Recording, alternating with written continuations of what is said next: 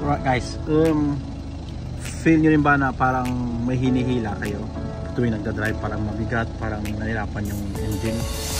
Okay, isang sign yan na i-check nyo yung pressure ng tire nyo dito.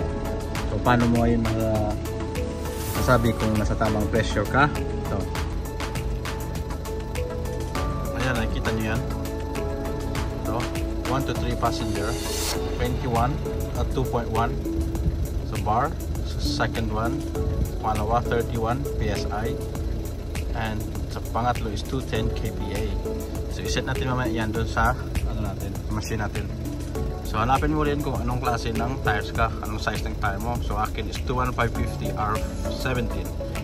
So ito sa front tire at ito naman is nasa kaliwang tire. So normally 1 to 3 person na kung ano na yan. So focus tayo sa 31 at saka 31. So tingnan natin yung pressure ngayon. Ito yung feel ko na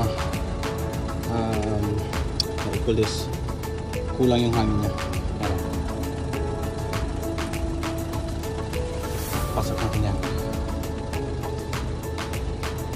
Pasok, Kevin, pasok. Ayan pa. Ayan o. Diba? Dapat 31 yan PSI. Check natin ulit ha. Diba naka PSI yung machine natin doon sa settings niya. So dapat 31 tayo kasi 2 PSI sa gitna, 31 sa gitna.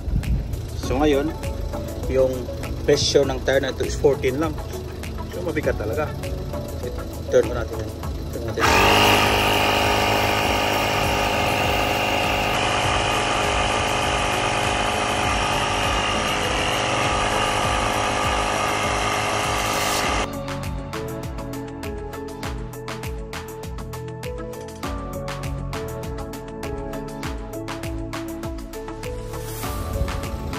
Oh, ayan, di ba? Huminto na siya in 31 kasi nakaset na sa 31.